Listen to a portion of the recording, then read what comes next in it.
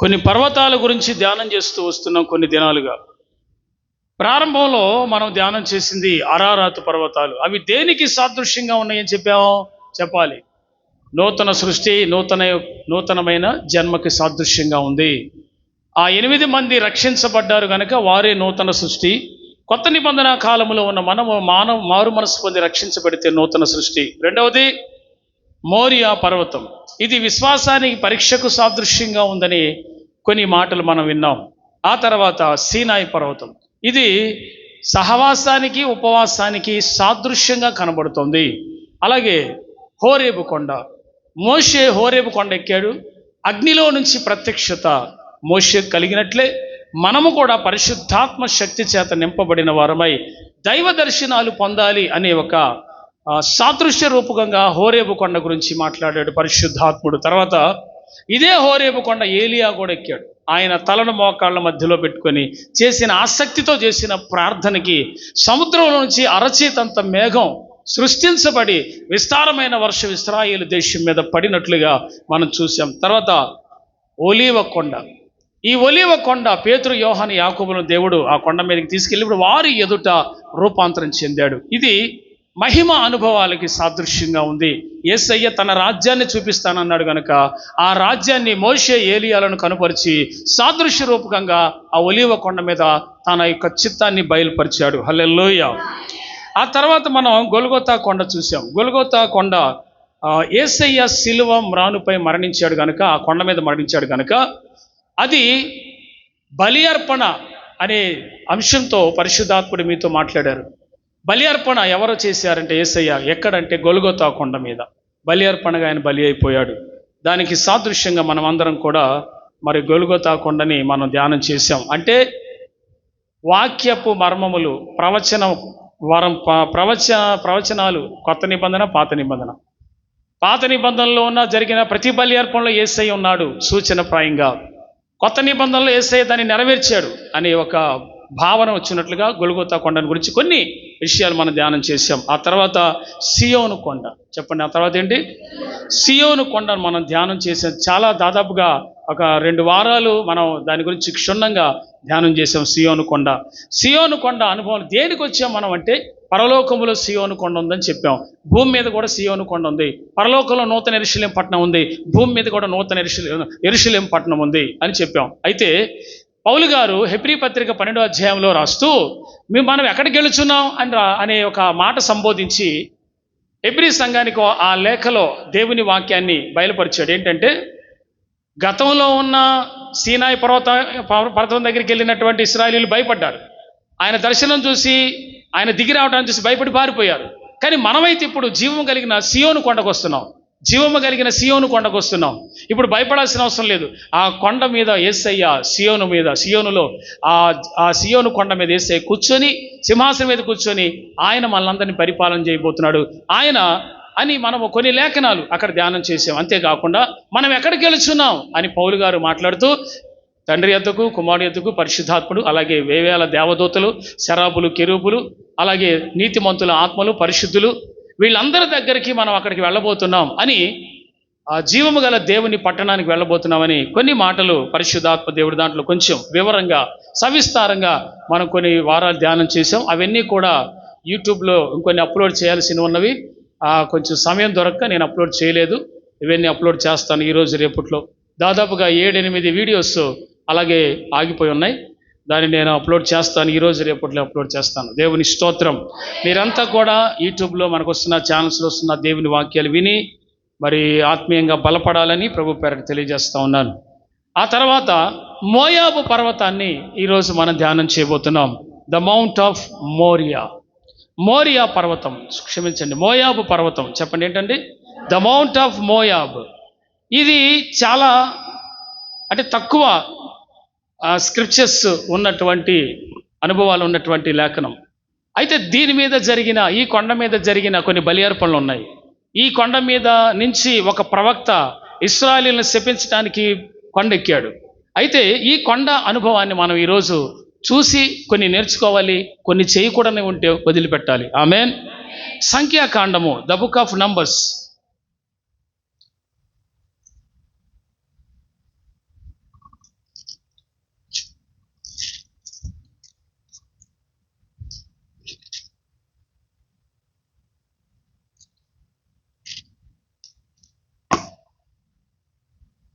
సంఖ్యాకాండము 22వ అధ్యాయము మొదట 1, 2, 3 వాక్యాలు ధ్యానం చేద్దాం.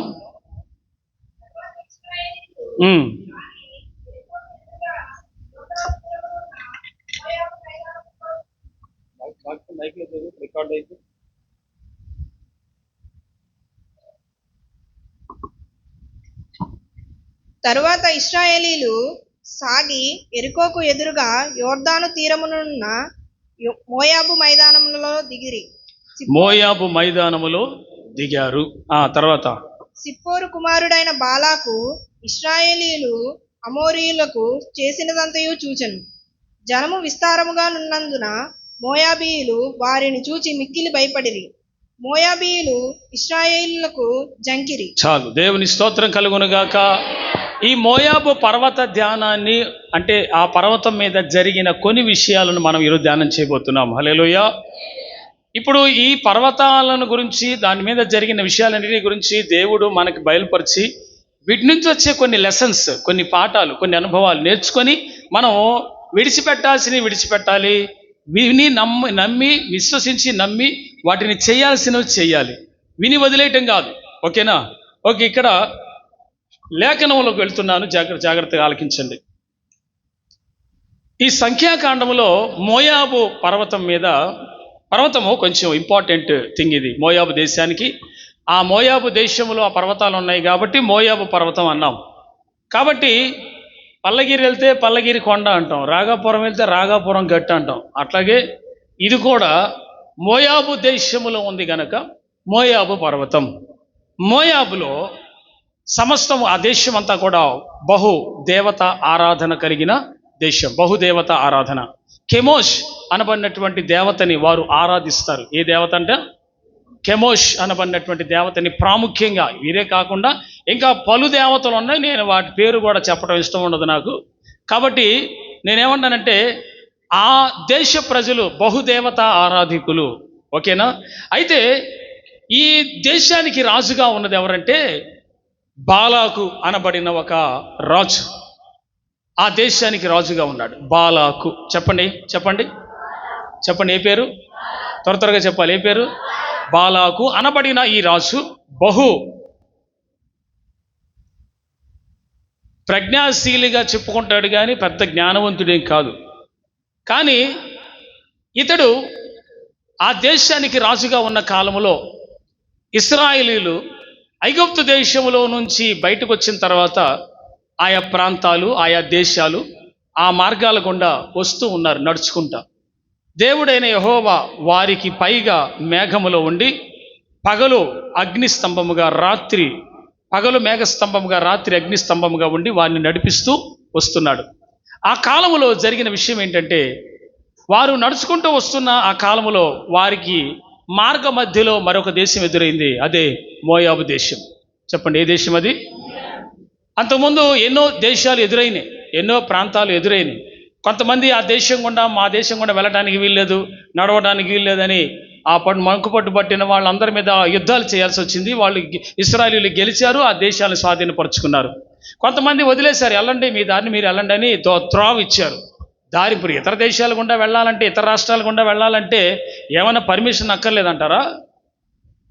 ఇశ్రాయేలీయులకి పర్మిషన్ అవసరం లేదా అంటే కావాలి. ఎందుకంటే ఇతర దేశాల గుండా వెళ్ళేటప్పుడు పొరపాటున మరి ఆ దేశ ప్రజలు వాళ్ళు పర్మిట్ ఇవ్వకుండా వెళ్తే లేనిపోని సమస్యలు వచ్చే ప్రమాదం ఉంటుంది, గొడవలు అయ్యే ప్రమాదం ఉంటుంది. ఆ దేశంలో ఉన్న వస్తువులు ఏవైనా తీస్తే దానివల్ల కూడా ప్రమాదం వచ్చే అవకాశం ఉంటుంది. కొన్ని సమస్యలు ఉంటాయని కొంతమంది రాజులు రానివ్వాల, నడుచుకుంటా ఆ దేశం గుండా వెళ్ళనివ్వాల. ఆ వెళ్ళనివ్వని వాళ్ళతో కొంతకాలం కొన్నిసార్లు యుద్ధాలు చేయాల్సి వచ్చింది. ఆ యుద్ధాల్లో ఇశ్రాయేలీయులను దేవుడు గెలిపించాడు. హల్లెలూయా. మరి వీళ్ళు కనానికి వెళ్ళాలి కదా, మధ్యలో ఎవడు ఆపడానికి వీళ్ళు లేదు. ఆగితే దేవుడు ఆపాలి, లేదా ఎవరు ఆపడానికి ఛాన్సు లేదు. ఆ కోణంలోనే వీరు మోయాబు దేశపు సరిహద్దుకి వచ్చి గుడారాలు వేసుకొని కూర్చున్నారు. ఈ మోయాబు దేశపు సరిహద్దులో గుడారాలు వేసుకొని కూర్చున్న ఈ లక్షల మంది జనాన్ని కొంతమంది చూసి రాజుకు తెలియజేశారు. రాజు తన సైన్యంతో వచ్చి ఆ మోయాబు కొండ శిఖరం ఎక్కి ఆ ప్రజలను చూశాడు. బాగా గమనించండి, ఇక్కడే ఒక అద్భుతమైన ఉపదేశమును దేవుడు దాచిపెట్టాడు. హల్లెలూయా. గట్టిగా స్తోత్రం చెబుదాం. హల్లెలూయా. సో ఇక్కడ మీరు గమనించాల్సిన విషయం ఏంటంటే శిఖరం ఎక్కి ఇశ్రాయేలీయులను చూశాడు. ఎవరు? అహాబు రాజు, క్షమించండి, బాలాకు రాజు. అయితే ఇక్కడ ఈ విషయాన్ని మనము ఎందుకు గుర్తుపెట్టుకోవాలంటున్నానంటే ఈ కొండ మీదే పలు విషయాలు జరిగాయి. ఈయన ఈ కొండ చూచి ఎక్కి ఆ ఇశ్రాయేలును చూచి వారిని చూచి భయపడ్డాడు. అక్కడ అదే మాట రాయబడింది చూడండి, 3వ వాక్యంలో, జనము విస్తారముగా ఇశ్రాయేలీయులు ఉన్నందున మోయాబీయులు వారిని చూచి మిక్కిలి భయపడిరి. హల్లెలూయా. ఇశ్రాయేలీయులను చూచి మోయాబు సైన్యం లేక మోయాబు దేశంలో ఉన్న ప్రజలు, రాజులు అందరూ భయపడ్డారు. ఎందుకంటే వాళ్ళు పరాక్రమశాలులుగా ఉన్నారు. వారి పక్షాన దేవుడైనటువంటి యెహోవా ఉన్నాడు. వారి మీద, వారి తలపైన లేక ఆకాశంలో ఒక మేఘం వారితో ఉంది. ఓకే, దేవుడైన యెహోవాయే వారితో ఉండి వారిని నడిపిస్తున్నాడు. ఓకే, ఇప్పుడు వీళ్ళని చూసి వీళ్ళు భయపడ్డారు. భయపడిన తర్వాత ఏం చేయాలా అని ఆలోచించి ఒక ప్రవక్తని పిలిపించి ఆ ప్రవక్తన ద్వారా వీరిని శపిస్తే అప్పుడు మనం యుద్ధానికి వెళితే గెలుస్తాం అనే ఒక ఆలోచనతో బాలాకు రాజు ఏం చేశారంటే ఆ దేశములోనే దేవుని ప్రవక్తగా ఉన్న ఒక బిలాము అనబడినటువంటి ఒక ప్రవక్త ఉంటే ఆ ప్రవక్త దగ్గరికి మొదట కొంతమంది పెద్దల్ని ఇచ్చి పంపించాడు. వెళ్ళి నువ్వు ఎలాగైనా ఆ ప్రవక్తను తీసుకొని రండి, అతడు వచ్చి ఆ ఇశ్రాయేలీయులను శపిస్తే నేను యుద్ధం చేస్తే అప్పుడు గెలుస్తాను అని అన్నాడు. అనుకొని పెద్దల్ని పంపిస్తే పెద్దలు వెళ్ళి మాట్లాడటానికి వచ్చారు. ఎవరి దగ్గరికి? ప్రవక్త దగ్గరికి వచ్చారు. ప్రవక్త ప్రార్థనలో కూర్చున్నాడు. అయితే ఎవరో వచ్చారు వెళ్ళు, లేక ఎవరో వచ్చారు వచ్చి చూడండి అంటే వచ్చి మాట్లాడితే రాజుగారు మిమ్మల్ని రమ్మన్నాడు, మీరు వస్తే ఇదిగో ఇంత బహుమానం మీది ఏర్పాటు చేశాడు, ఈ బహుమానం అంతా మీకే అని చెప్తే అసలు ఏమిటి కారణం, నన్ను ఎందుకు రమ్మంటున్నారని అడిగితే ఎవరో ఇశ్రాయేలీయులు వచ్చారంట, కొన్ని లక్షల మంది ఉన్నారు, వారిని శపించటానికి నువ్వు రావాలి, కాబట్టి మరి నువ్వు వెళ్ళి ఏ విషయం మాకు చెప్పు, వస్తానంటే తీసుకొని వెళ్తాం, ఖచ్చితంగా రాజు మిమ్మల్ని తీసుకురమ్మన్నాడంటే 1 నిమిషం ఉండండి వెళ్ళి ప్రార్థన చేసి వస్తానన్నాడు. ఏం చేస్తా అన్నాడు? ప్రార్థన చేసి ఏ విషయాన్నైనా కనుక్కోవాలి దేవుడి దగ్గర. మన సొంత నిర్ణయాలు చేస్తే చాలా ఫెయిల్ అవుతాం. ఓకేనా? ఇక్కడ నేను చాలా సందర్భాలు చెప్పొచ్చు కానీ టైం లేదని ముందుకెళ్తున్నాను. పిల్లరా, ఒకే మాట చెప్పేందుకే ప్రార్థన చేసి దేవుని నడిపింపు ఉంటేనే ఏదైనా ప్రారంభించి ముందుకు వెళ్ళాలి. ప్రార్థన చేయకుండా చేస్తే ఫెయిల్యూర్ అవుతాం. Without prayer we will not success. ఎవరైనా కానీ, నాతో సహా.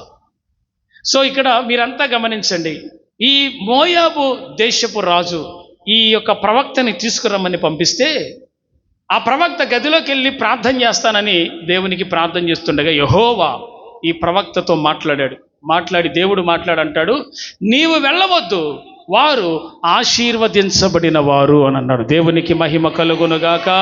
చెప్పండి అందరూ మాట హల్లెలూయా, హల్లెలూయా. సో ఇక్కడ 22వ అధ్యాయము 11వ వాక్యం నుంచి 12వ వాక్యం నుంచి చదవండి. 12వ వాక్యం నుంచి. అందుకు దేవుడు, నీవు వారితో వెళ్ళకూడదు, ఆ ప్రజలను శపింపకూడదు, వారు ఆశీర్వదింపబడిన వారు అని బిలాముతో చెప్పాను. ఎవరు వాళ్ళు? ఆ లేఖనం చదివే మైక్ వాళ్ళని కొంచెం తగ్గించండి, అర్థమవుతుంది కదా. మంచిగా మైక్ దగ్గర పెట్టుకొని మళ్ళీ ఒకసారి చదువు తల్లి. అందుకు దేవుడు, నీవు వారితో వెళ్ళకూడదు, ఆ ప్రజలను శపింపకూడదు. నీవు వారితో, ఎవరైతే పెద్దలను పంపించాడో ఆ రాజుతో ఆ పెద్దలతో నువ్వు వెళ్ళకూడదు. ఎందుకు? వారు ఆశీర్వదించబడిన వారు. గట్టిగా చప్పట్లు కొట్టి మనం ప్రభువుని మహింపరుద్దాం. చెప్పండి హల్లెలూయా, హల్లెలూయా. ఎవరు ఆశీర్వదించబడిన వారో వారి మీదకి ఎన్నటికీ శాపం రానికుండా చేసే దేవుడు మన ప్రభు అయిన యేసయ్య. హల్లెలూయా. ఆశీర్వదించబడటం అంటే దేవునికి జత కట్టబడటము, దేవునితో అంటు కట్టబడటము, లోకానికి వేరైపోవటం. హల్లెలూయా. మొదటి మాట లోకానికి వేరైపోవటం, మారు మనసు, పశ్చాత్తాపం, బాప్తిసం పొందటం, దేవుని పోలికగా మార్చబడటానికి ప్రార్థనలో పెరుగులాడటం, అది ఆశీర్వదించబడటం అంటే. పరలోక రాజ్యాన్ని పొందటం, బతికుండగానే నేను నిశ్చయముగా దేవుని రాజ్యంలో ఉంటాననే ఆ కాన్ఫిడెన్స్ బతికుండగానే మన హృదయంలోకి రావటం, అది ఆశీర్వదించబడటం అంటే. హల్లెలూయా. దేవుని నిబంధనలోకి, కొత్త నిబంధనలోకి రావటమే ఆశీర్వదించబడటం అంటే. హల్లెలూయా. దేవుని చేత నిబంధన చేయబడి ఆ నిబంధనలోకి వచ్చి మన పాపాలన్నీ కడిగేసుకుని క్రీస్తు రక్తంతో ప్రక్షాళన చేయబడి పరిశుద్ధపరచబడటం అంటే అదే ఆశీర్వదించబడటం. పరిశుద్ధపరచబడటమే ఆశీర్వదించబడటం. ఆమేన్. ఇంకా నన్ను ఆశీర్వదించని అడుగుతున్నావు కానీ నువ్వు ఆల్రెడీ దీవించబడిన జనమే. ఆమేన్. క్రీస్తు రక్తము చేత విమోచించబడిన ప్రతి వాడు రాజులైన యాజక సమూహము దేవుని సొత్తైన ప్రజలై ఉన్నారు. హల్లెలూయా. సో ఆ ఇశ్రాయేలీయులు ఎవరని అన్నాడు? వారు ఆశీర్వదించబడిన వారు కనుక నువ్వు శపించడానికి వెళ్ళడానికి వీలు లేదు. సరే ప్రభు అని ప్రార్థన గదిలోంచి బయటకు వచ్చి, బాబు అయ్యా దేవుడు నన్ను వెళ్ళొద్దన్నాడు అయ్యా అన్నాడు. సార్ ఒకసారి అటు చూడండి సార్, అవి చూడండి సార్, ఏంటి కానుకలు, విస్తారమైన కానుకలు వచ్చినాయి సార్, ఒంటెల మీద ఉన్నాయి సార్, మీకోసమే రాజు పంపాడు సార్ అని అంటే, క్షమించండి నా దేవుడు వద్దన్నాడు, నేను వెళ్ళను అన్నాడు. నేను రాను, మీరు వెళ్ళండి అన్నాడు. వీళ్ళు బయలుదేరి వెళ్ళిపోయి రాజుకి విషయం ఇస్తే రాజుకి మండిపోయింది. ఇదేంటి రాజును రమ్మంటేనే రానంటాడా? ఎందుకన్నాడు తెలుసా? రాజును రమ్మంటేనే రానన్నాడు. అసలు రాజులకు రాజు ఆయన పైన ఉన్నాడు. ఆయన చెప్పాడు ఈ మాట. ఆయన చెప్పిన మాట వినాలి. దేవునికి స్తోత్రములు కలుగునుగా. రాజులకు రాజు, ప్రభువులకు ప్రభు పైనుండి ఆజ్ఞాపించాడు. ఆమేన్. కాబట్టి ఆయన మాటే వినాలి. చూద్దాం ఈయన గారు ఎంతవరకు విన్నాడు. సరే రెండోసారి ఇంకొంచెం సీనియర్లను పంపించాడు, పెద్దల్ని పంపించి, ఎలాగైనా ప్రవక్తను తీసుకొని రండి, ఎలాగైనా ప్రవక్తను తీసుకొని రండి, వారిని అయితే శపించాల్సిందే అన్నాడు. పిల్లారా, వారిని శపించడానికి ఇంకొంచెం పెద్ద మనుషులు సీనియర్ మోస్టులను పంపించాడు. వాళ్ళ మాట అన్న వింటా, వాళ్ళు చెప్తే అంటాడేమోనని. వచ్చారు, కానుకలు కూడా విస్తారంగా తీసుకొని వచ్చారు. మళ్ళీ పిలుస్తున్నారు. హలో ఉన్నారా ప్రవక్త గారు? ఉన్నారండి, పిలవండి బయటకంటే వచ్చాడు. సార్ మమ్మల్ని రాజుగారు పంపించాడు, మీరు వచ్చి వారిని శపించాలి అని అంటే, క్షమించండి సార్ నేను రాలేనన్నాడు. లేదు సార్, వాళ్ళు ఏం మాట్లాడారో, ఏ మాయ వేశారో, ఏ మంత్రం వేశారో మొత్తానికి ఆ ప్రవక్త ఒకసారి ఉండండి, మళ్ళీ ఒకసారి యేసుప్రభుని కనుక్కొని వస్తానన్నాడు. మనం మార్చుకున్నట్టు దేవుడు మనసు మార్చుకుంటాడా? మనం మార్చుకున్నట్టుగా దేవుడి హృదయం అంత త్వరగా మారిపోతుందా? లూకాసు వార్త 1వ అధ్యాయంలో రాయబడి ఉంటుంది, తీనక్కర్లేదు. దేవుడు చెప్పిన ఏ మాట అయినను నిరర్ధకం కాదు. ఒకసారి ఆయన మాట చెప్తే అది నిరర్ధకం కాదు, వేస్ట్ అవ్వదు. ఒకసారి ఇది ఇలాగే చేయాలి అంటే అలాగే ఉంటుంది. దాన్ని మార్చడానికి మనం ఎవరు? హల్లెలూయా. కాబట్టి ఇక్కడ దేవుని బిడ్డలారా, నేను వెళ్ళి కనుక్కొని వస్తానన్నాడు. ఈ ప్రవక్త చేసింది కరెక్టా రైటా, తప్పా కాదా? మీరు చెప్పండి. తప్పా ఒప్పా? తప్పా ఒప్పా? మళ్ళీ కనుక్కొని వస్తానన్నాడు కదా, తప్పా రైటా? రైట్ అన్న వాళ్ళు ఎంతమంది చెప్పండి? రైట్ అన్న వాళ్ళు ఎంతమంది ఉన్నారు? ఎవరైనా? పోనీ తప్పు అన్న వాళ్ళు ఎంతమంది? మరి ఎటు చేతులు ఎత్తట్లేదు, మీ సంగతి ఏంటి? మరి నేనేమనుకోవాలి మిమ్మల్ని? ఏదిగో దానికి ఓటేస్తాంగమ్మా పార్టీలప్పుడు, ఎవరో ఒకరు గెలుస్తారుగా. మరి నువ్వు ఎటు చేయకుండా అంటే నువ్వు నీ ఓటుని ఏమనాలా? ఏమంటారండి ఆ ఓట్లని? నోట అటు ఇటు అంటే ఎటు కాకుండా ఏం చెప్తే ఏమవుతుందో అని వాళ్ళ భయం. నేనంటాను, రెండవసారి గదిలోకి వెళ్ళటం మళ్ళీ అడుగుతానంటమే తప్పు. నిజమే సార్, దేవుడు ఆల్రెడీ చెప్పాడు సార్, అసలు వెళ్ళొద్దన్నాడు. ఆయన ఒకసారి చెప్తే 1,000,000 సార్లు చెప్పినట్టే, 1,000,000 సార్లు చెప్పినట్టే. దేవుడు వీళ్ళు వచ్చారు కదా అని మాట మార్చుకొని మళ్ళా బిలాముని వెళ్ళమని చెప్తాడా? వారు ఆశీర్వదించబడిన వారు. శపించడానికి నువ్వు వెళ్తానంటే దేవుడు పంపిస్తాడా? హల్లెలూయా. పంపించాడు కదా. మరి ఈయన ఆలోచన ఏమైంది అంటున్నాను నేను. ఈయన ఆలోచన ఎడిపోయింది అంటున్నాను. మరి ఇంతకాలం ప్రార్థన చేస్తున్నాడు, ప్రవక్తగా ఉన్నాడు, చేసే పని ఇదేనా? కొంతమంది ప్రార్థన చేస్తారు కానీ ఇది మనం చెయ్యొచ్చా, ఇది మనం చేయకూడదా అని ఆలోచన లేకుండా చేస్తారు. బిలాము చేసిన పని తప్పే. దేవుడి సన్నిధికి మరలా వెళ్ళి నేను అడుగొస్తాను, ఆయన ఏమన్నా నువ్వు ధనం చూసి మాట మార్చుకొని సూప్ మార్చుకున్నావని దేవుడు మార్చుకుంటాడా? God will never change. ఆయన వాగ్దానం ఏదైనా మాట ఇచ్చి దాన్ని వెనక్కి తీసుకునేవాడా? కాదు కదా. హల్లెలూయా. అంత చెప్పండి, దేవుడు చెప్పిన ఏ మాట అయినా, ఇచ్చిన ఏ వాగ్దానాన్నైనా వెనక్కి తీసుకునేవాడు కాదు. ఆమేనని చెబుతామా? అయితే సరే వెళ్ళి మోకరించి అడుగుతుంటే, సిగ్గు లేకుండా అడుగుతుంటే, ఆడి మైండ్లో ఉన్నదంతా బంగారం ప్రింట్ అయిపోయిందిలేండి. వజ్ర వైడూర్యాలు ప్రింటింగ్ అయిపోయినాయి లోపల. ఇప్పుడు దేవుడు కనపట్ల. మోకరించి చూస్తున్నాడు, కనిపెడుతున్నాడు. ప్రభా నాయన రా నాయన మాట్లాడిన ఆయన అంటే సరే అని దేవుడు వచ్చి మాట్లాడాడు. ఏమనంటే, నన్ను వెళ్ళమంటావా ప్రభా అంటే, సరే నువ్వు వెళ్ళు అన్నాడు. దేవుని స్తోత్రం. వీడికి అప్పుడైనా ఆలోచన రావాలి. వీడికి స్కెచ్ చేశాడు దేవుడు. హల్లెలూయా. ఎవరికి స్కెచ్ చేశాడు? ప్రవక్తకి. ఈయన బుద్ధి చెప్పటం స్టార్ట్ చేయడానికి దేవుడు మొదలు పెట్టాడు. సరే వెళ్ళు అన్నాడు. అప్పుడైనా ఆలోచన, నాకు వద్దనగారా ప్రభా, మరి నువ్వు ఎందుకు అడుగుతున్నావు అని అడిగేవాడుగా. తర్వాత అస్సలు అన్నా దేవుడు వెళ్ళమన్నాడే త్వరగా, కానుకలు మొత్తం మైండ్లో కనపడుతున్నాయి. బంగారం వజ్ర వైడూర్యాలు ఒంటెలు మోసే ఎన్ని కనపడుతున్నాయి. ఇక ఇవన్నీ మొత్తం దరిద్రం అంతా పోయింది, ఇక జీవితాంతం సుఖంగా తినచ్చు అనుకున్నాడు. బయలుదేరి నా ప్రియులారా, వాళ్ళతో పాటు వెళ్తూ మార్గంలో ఎదురుగా ఈయన ఒక గాడిద సిద్ధపరచుకొని వెళ్ళాడు. పెద్దలు కూడా వెళ్తున్నారు.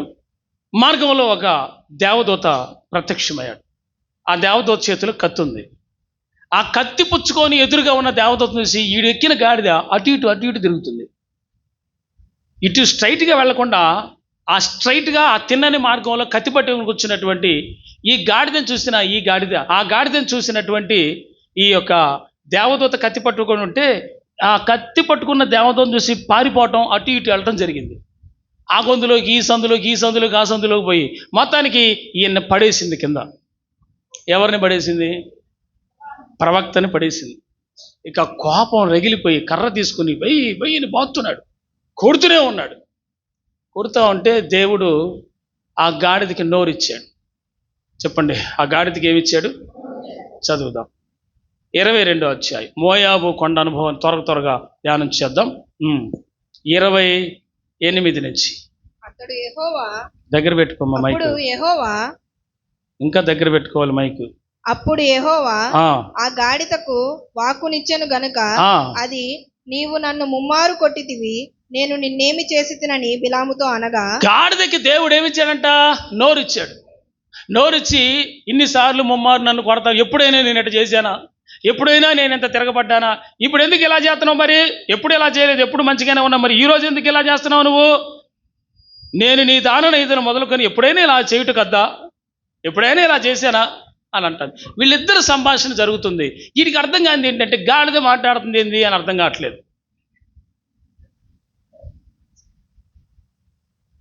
ఏమర్థం కావట్లేదు అంటే, నాదైన స్టైల్లో అప్పుడప్పుడు చెప్తా ఉంటాగా.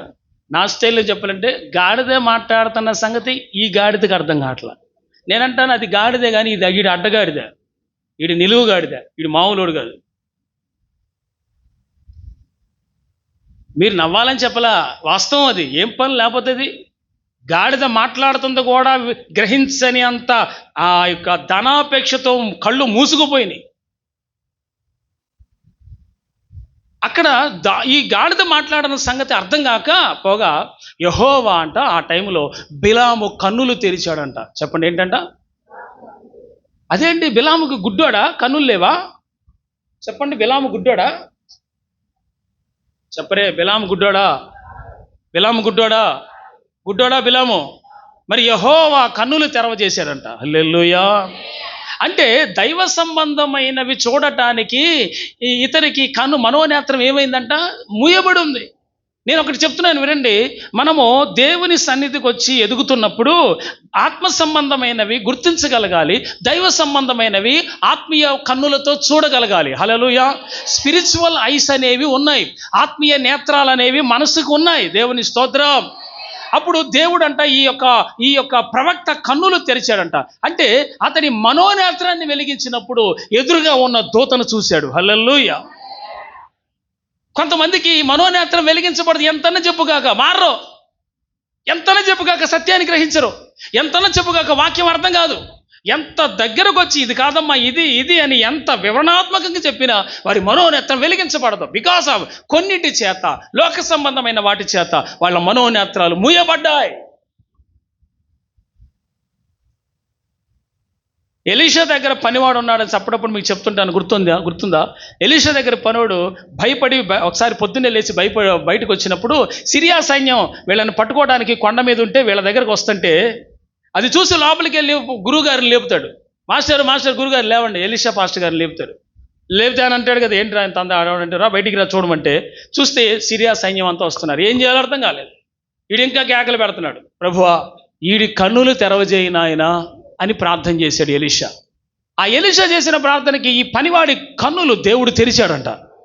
నేనంటాను, కన్నులు గుడ్డోడు కాదు, మనోనేత్రం వెలిగించబడాలి. You must be open your inner eyes. అంతరంగములో ఉన్న మనోనేత్రములు యేసు నామములు వెలిగించబడాలి. అప్పుడే ఈ వాక్యాన్ని, ఈ సర్వసత్యాన్ని నువ్వు గ్రహించగలవు. You may be understand the scriptures. దేవుని వాక్యాన్ని నువ్వు అర్థం చేసుకునేది ఎప్పుడనంటే ఆత్మీయ మనోనేత్రం వెలిగించబడినప్పుడే. హల్లెలూయా. లేకపోతే వాక్యంకి ఎంతకీ నువ్వు అర్థం కాదు, నువ్వు లోబడవు. ఎంత బలమైన వాక్యం చెప్పుగాక లోబడరు. ఎప్పుడైతే మనోనేత్రం వెలిగించబడుతుందో అప్పుడే దేవుని వాక్యాన్ని వారు అంగీకరించబడతాయి. చూడండి, అపోస్తలుడైన పౌలు శీల జైల్లో ఉన్నప్పుడు, జైల్లో వేసినప్పుడు వారు కేవలం ఇన్ని వాయిద్యాలు లేవు, ఎంత మైకులు లేవు, ఇద్దరే కలిసి పాడి స్తుతించారు జైల్లో. కనీసం చప్పట్లు కొట్టడానికి చేతులు లేకుండా బిగించారు. చప్పట్లు కొట్టడానికి చేతులు కూడా రాకుండా బిగించేశారు, కాళ్ళు చేతులు. అప్పటికే గాయాల పాలైపోయి. నా వైపు చూడండి అందరూ, మీరు వాక్యం వినండి, ఇక్కడ చదవకండి. Don't read here. ఇక్కడ నేను చెప్పినప్పుడు వినాలా, చదవమన్నప్పుడు చదవాలా, ఆ క్రమం నేర్చుకోవాలి మీరు.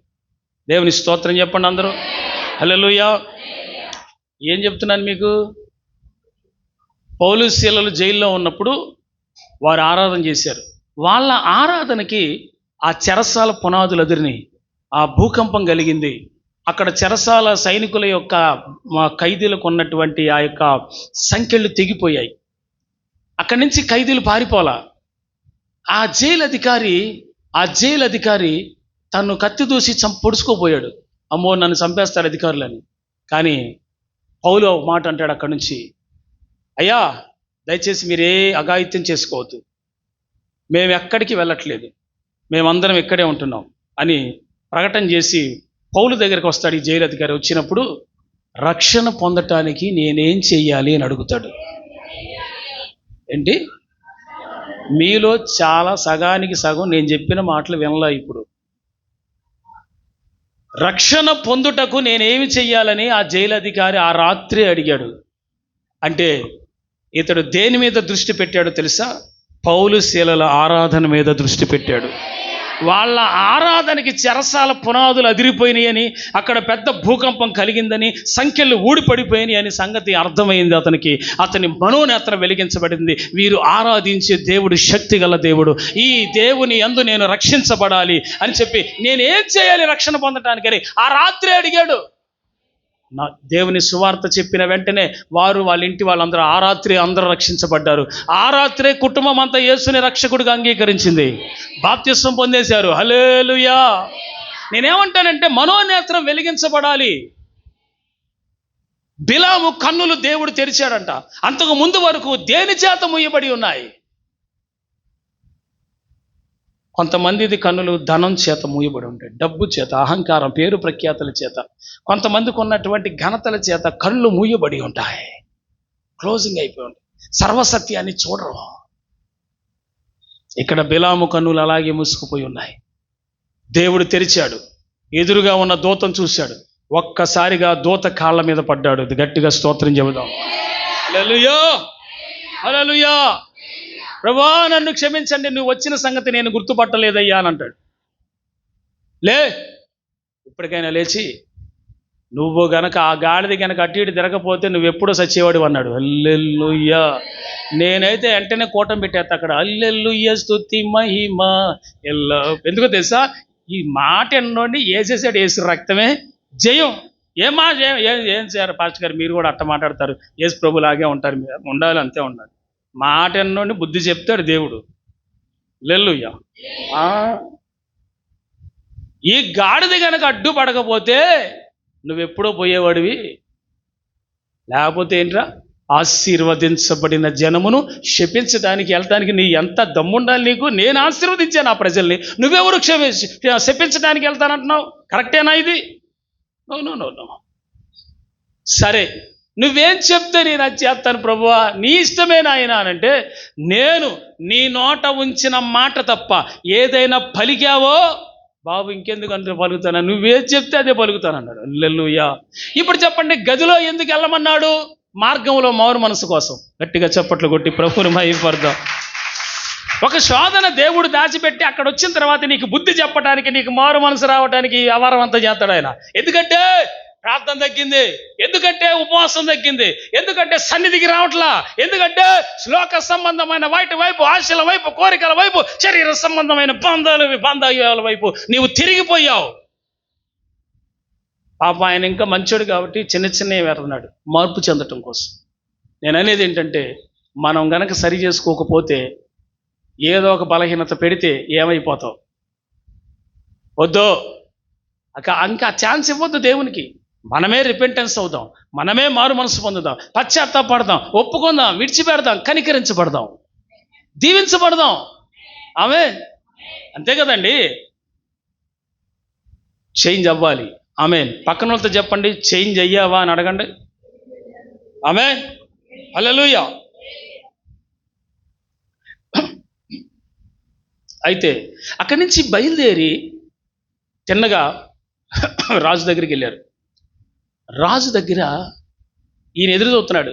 అర్జెంటుగా వస్తే ఈయన కొండ మీదకి తీసుకెళ్ళి బలిపీఠం కట్టి బలి అర్పణ చేసి వారిని శపించే మాటలు ఈ ప్రవక్త శపిస్తే అప్పుడు నేను గెలుస్తా అనే ధైర్యం అనమాట. నేనేమంటానంటే, అసలు ఆ జనాన్ని చూసావుగా, నీకు ఎందుకురా వాళ్ళతో? హల్లెలూయా. నేనైతే అదే పని చేస్తా. ముందు రాజీ పడి, అయ్యా వెళ్తారా బాబు, వెళ్ళండి బాబు, మీకు దాన్ని భర్త వెళ్ళండి బాబు, మీతో మాకెందుకండి, వాళ్ళతో యుద్ధం చేయాలని తప్పని వీడికి ఎందుకంట. హల్లెలూయా. సరే, ఈడు ఆయన రావడంతో ప్రవక్త గారు ముందు రానన్నారంట, నేను మిమ్మల్ని సన్మానించలేనా ఏంది, నాకు ఆ స్తోమత లేదా అన్నట్టు అన్నాడు రాజు. నేను మిమ్మల్ని సన్మానించలేనా ఘనంగా? అట్లా ఏం కాదు, వీడికి మారు మనసు వచ్చిందిగా మధ్యలోనే. అట్లా ఏం కాదు బాబు, దేవుడు నా నోట ఏది ఉంటే అదే నేను చెప్తాను ఆయన అంటున్నాడు. దేవుని స్తోత్రం చెప్పండి. అదే మారు మనసు మధ్యలో రాకపోతే బాబు డైరెక్ట్గా వస్తే పదా రాజా నువ్వు ఎలా చెప్తే అలా అనేవాడా కాదా? మాట్లాడని ఆయన ఎవరు చెప్పండి, అవునా కాదా? అంటే మధ్యలో మారు మనసు రిపెంటెన్స్ వచ్చింది కాబట్టి బాబుకి ఏంటంటే, ఇప్పుడు రాజు దగ్గరికి ఏమన్నాడు, నా నోట దేవుడు ఏ మాట ఉంచితే అదే పలుకుతానన్నాడు. సరే నువ్వు రా మరి ఎందుకని చెప్పి మోయాబు శిఖరం ఎక్కించాడు. మోయాబు కొండ కాదు, శిఖరం. శిఖరం అనగా కోణం, చాలా ఎత్తైన ప్లేస్, పైది శిఖరం. దాన్ని ఎక్కించి అక్కడ బలిపీఠం కట్టించి కోడెలు బౌలులన్నీ అర్పించిన తర్వాత ఇప్పుడు వారిని నువ్వు శపించు రాజా అంటంతో రాజు ప్రవక్త గారు శపించనంటే వాళ్ళని చూడటానికి వెళ్ళాడు. దేవునికి మహిమ కలుగునుగాక. ఇప్పుడు దేవుడు పలకాలా ఏంలో నుంచి, వాడు పలుకుతాడా? మాట్లాడాలి. ప్రవక్త పలుకుతాడా? దేవుడు పలుకుతాడా? మారు మనసు పొందితే నీలో నుంచి దేవుడే మాట్లాడతాడు. సరైన మారు మనసు ఉంటే దేవునికి స్తోత్రం కలుగునుగాక. హల్లెలూయా చెప్పండి. హల్లెలూయా. ఇప్పుడు చదవండి ప్రియులారా, 23వ అధ్యాయము 8వ వాక్యం. 23:8. ఏమని శపింపగలను? ఏమని శపిస్తా? దేవుడు శపింపలేదే. దేవుడు శపింపలేదు. ఏంది శపించడానికి వచ్చావుగా నానా? ఏం మాట్లాడుతున్నావు మరి ఇప్పుడు? ఏమని శపించాలి నేను? మొదలేశాడు, ప్రవచనం మొదలేశాడు బాబు, మొదలేశాడు. ఏమని శపించాలి అని అనుకున్నాడు. దేవుడు శపించలేదే అన్నాడు. హల్లెలూయా. ఏమని భయపెట్టగలను? దేవుడు భయపెట్టలేదే. మెట్టల శిఖరం నుండి అతన్ని చూచుచున్నాను, కొండల నుండి అతన్ని కనుగొనుచున్నాను. ఎవరిని? అతని అన్నాడు. ఎవరంటే ఇశ్రాయేలీయులు. చెప్పండి ఎవరాళ్ళు? మెట్టల శిఖరం మీద నుంచి ఇశ్రాయేలుని చూస్తున్నాను. ఇదిగో ఆ జనము ఒంటిగా నివసించును. ఆ జనము ఒంటిగా నివసించును, జనములలో లెక్కింపబడరు. యాకోబు రేణువులను ఎవరు లెక్కించదురు? ఇశ్రాయేలీలో 4వ పాలును ఎవరు లెక్క పెట్టగలరు? నీతిమంతుల మరణం వంటి మరణము నాకు లభించును గాక. గట్టిగా స్తోత్రం చెబుదాం అందరం కూడా. ఏం బాబు శపించడానికి వచ్చావు కదా, ఇప్పుడు ఏంటి ఎలా మాట్లాడుతున్నావు? బిలాము నాలుకను పట్టుకున్నాడు. శాపం రానియకుండా ఆశీర్వాదపు వచనాలే పలికేటట్టు దీవించాడు. హల్లెలూయా చెబుదామా? హల్లెలూయా. ఇదిగో ఆ జనము ఒంటిగా నివసించును.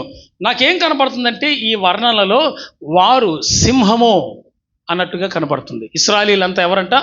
ఒక సింహానికి పోలుస్తున్నాడు. హల్లెలూయా. ఇశ్రాయేలీలందరూ కూడా ఒక సింహానికి పోలుస్తున్నాడు వాళ్ళందరినీ. వాళ్ళు నిక్కి నిలుచును, వారు ఒంటిగా ఉండును, జలముల్లో వాళ్ళు లెక్కించబడరు. అంటే వాళ్ళు ప్రత్యేకమైన జనం. ఆశీర్వాదానికి వారసులైన మనం, ఆశీర్వదించబడిన మనం ప్రత్యేక జనమే. చెప్పండి, మనమంతరము ప్రత్యేక జనం. చెప్పండి, ఎవరు మనం అందరం? ప్రత్యేకించబడిన వారు. లోకంలో నుంచి వేరైపోయాం, ఆచారాల నుంచి వేరైపోయాం, అపవిత్రతలో నుంచి వేరైపోయాం, పాపం నుంచి వేరైపోయాం. లోకంలో ఉన్నటువంటి ప్రతి దాని నుంచి పూర్తిగా మనం రక్షణ ద్వారా వేరైపోయి పరిశుద్ధపరచబడిన జనం. ఆమేన్. యేసుక్రీస్తు ద్వారా మనకి పరిశుద్ధత ఆపాదించబడింది. సో మనం అందరము క్రీస్తునందు పరిశుద్ధులము. చెప్పండి, ఏ పేరు పెట్టబడింది మనకి? పరిశుద్ధులు. చెప్పండి అందరూ, ఏ పేరు చెప్పండి? ఏ పేరు? కనుక శపించడానికి వచ్చినటువంటి ఈ యొక్క ప్రవక్తని అతని నాలుక పట్టుకున్నాడు దేవుడు. అంటే దాని అర్థం ఏంటంటే నిజంగా నాలుకను పట్టుకోవడం కాదు, శపించడానికి రానివ్వకుండా వారిని దీవించున్నట్లుగా మొదలుపెట్టాడు.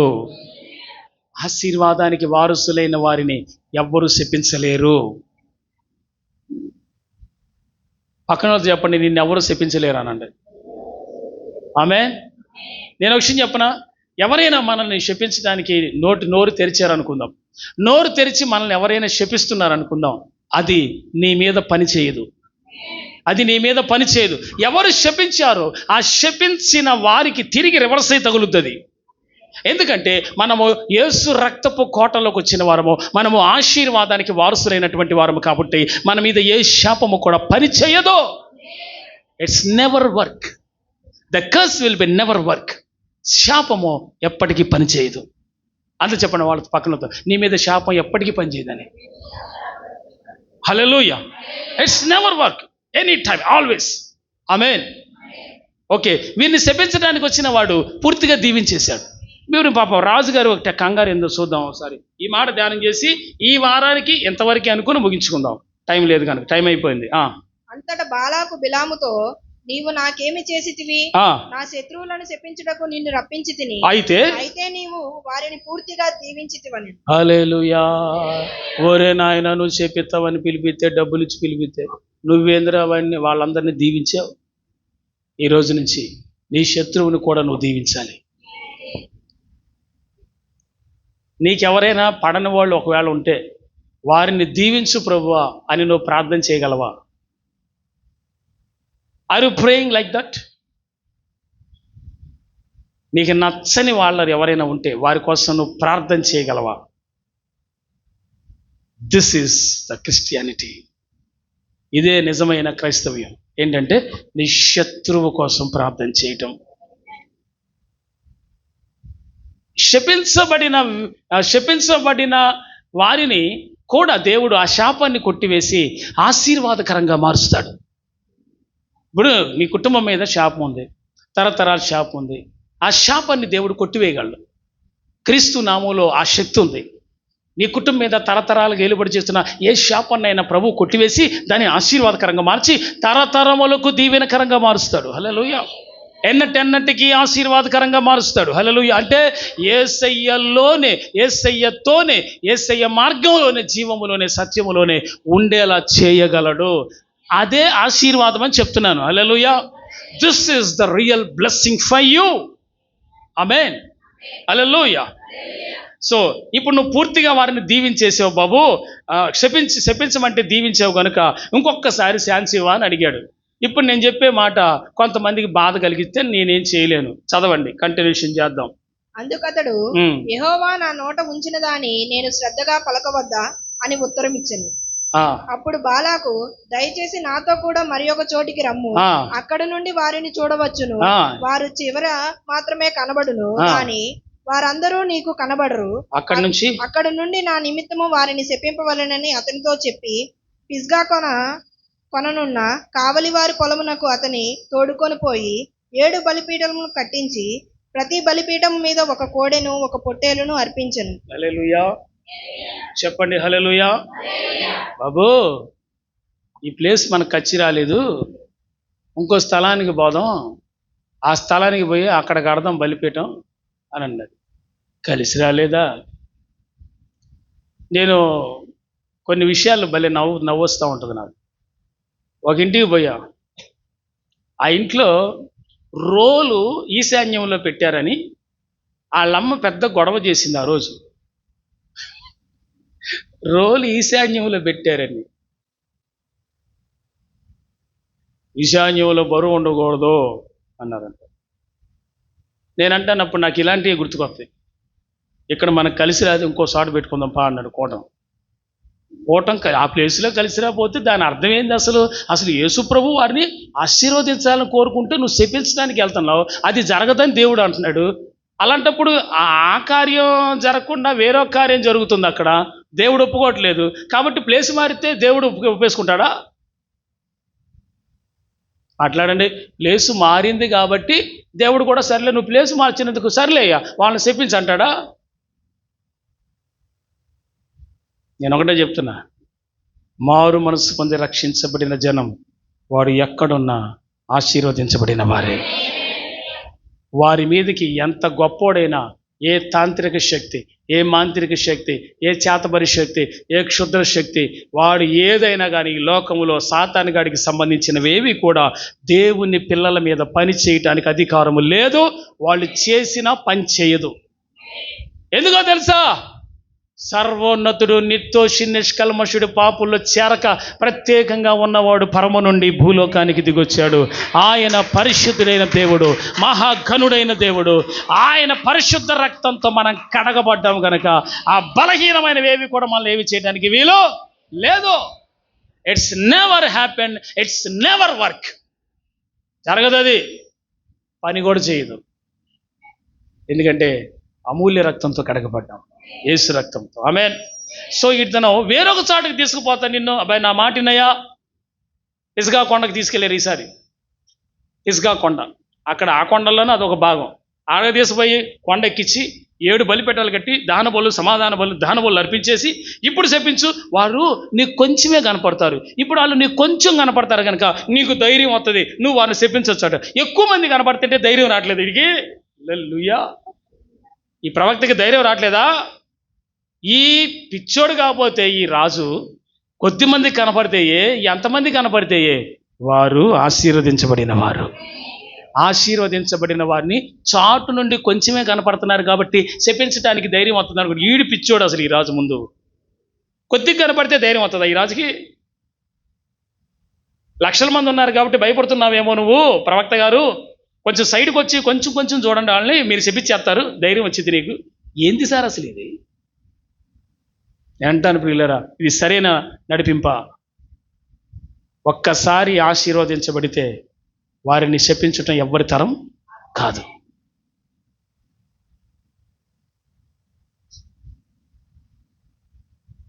ఆమేన్. హల్లెలూయా. గట్టిగా స్తోత్రం చెప్పు. కాబట్టి చివరి మాటగా నేను చెప్పేది ఏంటంటే, ఇదే వాక్య భాగములో 15, నీవు ఇక్కడ నీ దహన బలి యొక్క నిలిచియుండుము, నేను అక్కడ యెహోవాను ఎదుర్కొందునని బాలాకుతో చెప్పగా, యెహోవా బిలామును ఎదుర్కొని ఒక మాటను అతని నోట ఉంచి, నీవు బాలాకు నొద్దకు తిరిగి వెళ్ళి ఇట్లు చెప్పుమనెను. అతడు బాలాకు నొద్దకు వెళ్ళినప్పుడు అతడు తన దహన బలి యొద్ద నిలిచియుండెను. మోయాబు అధికారులను అతని యొద్ద నుండిరి. బాలాకు యెహోవా ఏమి చెప్పెనని అడుగగా, బిలాము ఉపమాన రీతిగా ఇట్లనెను. బాలాకు, లేచి వినుము, చిప్పోరు కుమారుడా, చెవియొగ్గి నా మాట ఆలకించు. దేవుడు అబద్ధమాడుటకు ఆయన మానవుడు కాదు, పశ్చాత్తాపట్టుకు ఆయన నరపుత్రుడు కాదు అని ఆయన చెప్పి చేయకుండునా, ఆయన మాట ఇచ్చి స్థాపింపకుండునా, ఇదిగో దీవించుమని నాకు సెలవాయను. ఆయన దీవించెను, నేను దాన్ని మార్చలేదు. గట్టిగా చప్పట్లు కొడదాం ఇక్కడ అందరు బిగ్గరగా. మళ్ళా రెండోసారి ఏం చేశాడు? శపించడానికని రాజు పంపిస్తే వారిని చూస్తూ ఉండగా ప్రవచనం చెప్తున్నాడు, దేవుడు ఇతన్ని శపించనీయకుండా బిలాము నోట్లో ఆత్మదేవుడు ఒక ఆశీర్వాదపు వచనాన్ని పలికించాడు. హల్లెలూయా. రెండవ మారు కూడా వారిని దీవించేటట్టు చేశాడు. దీవించమని సెలవాయను, నేను దీవించి తిని దానిని నేను మార్చలేను అన్నాడు. హల్లెలూయా. అంటే ప్రవక్త నోట దేవుడు ఉంచిన మాట ఏంటి? ఆ మాట చదవండి ఇక్కడ. ఇదిగో దీవించమని సెలవాయను, నేను దీవించిన దాన్ని నేను మార్చలేను. ఆయన యాకోబులో ఏ దోషమును కనవలేదు, ఇశ్రాయేలులో ఏ వంకరతనము చూడలేదు. అతని దేవుడైన యెహోవా అతనికి తోడై ఉన్నాడు. రాజు యొక్క జయధ్వని వారిలో ఉన్నది. దేవుడు ఐగుప్తులో నుంచి వారిని రప్పించెను. గురుపోతు వంటి వేగం వారికి కలదు. నిజముగా యాకోబులో మంత్రము లేదు, ఇశ్రాయేలులో శకునము లేదు. ఆయా కాలముల యందు దేవుడి కార్యములు యాకోబు వంశస్థులు ఇశ్రాయేలుకు తెలియజెప్పబడును. ఆమేన్. అరే, యాకోబులో మంత్రం లేదు, ఇశ్రాయేలులో శకునం లేదురా బాబు. వాళ్ళు శకునాలు మంత్ర ప్రయోగాలు చేసేవాళ్ళు కాదు. వారిలో పరిశుద్ధత ఉంది, వారిలో నీతి ఉన్నది. వారు ప్రథమ సంతానముగా ఉన్నారు, వారు జ్యేష్ఠ సంతానముగా ఉన్నారు. వారు దేవుని చేత ఎన్నిక చేయబడిన వారు, దేవుని ఎన్నికలో ఉన్నవారు, వారు ఆశీర్వదించబడిన వారు. వారి మీద శాపం పనిచేయదు అని మళ్ళా రెండోసారి దీవించమని సెలవాయను, దీవించి తిని దాన్ని నేను మార్చలేను అని అన్నాడు. అది సార్. రెండోసారి కూడా ఏం చేసేసాడు ఈ ప్రవక్త గారు? దీవించేశాడు. కుదురుద్దా శపించడం? బయట ఉన్న వాళ్ళు, లోకములో ఉన్నవారు, అన్యులు కావచ్చు, చివరికి దేవుని పిల్లలే కావచ్చు, నిన్ను ఎవరు ఏమి శపించాలని చూసినా అది పనిచేయదు. ఎందుకంటే మనమందరము ఆశీర్వదించబడిన జనమై ఉన్నాం. మరి ఈ మాటలు దీవించును గాక. మిగతాది వచ్చే వారం ధ్యానం చేద్దాం. తల్ల వంచండి, కళ్ళు మూసుకొని ప్రార్థనలోకి వెళ్దాం.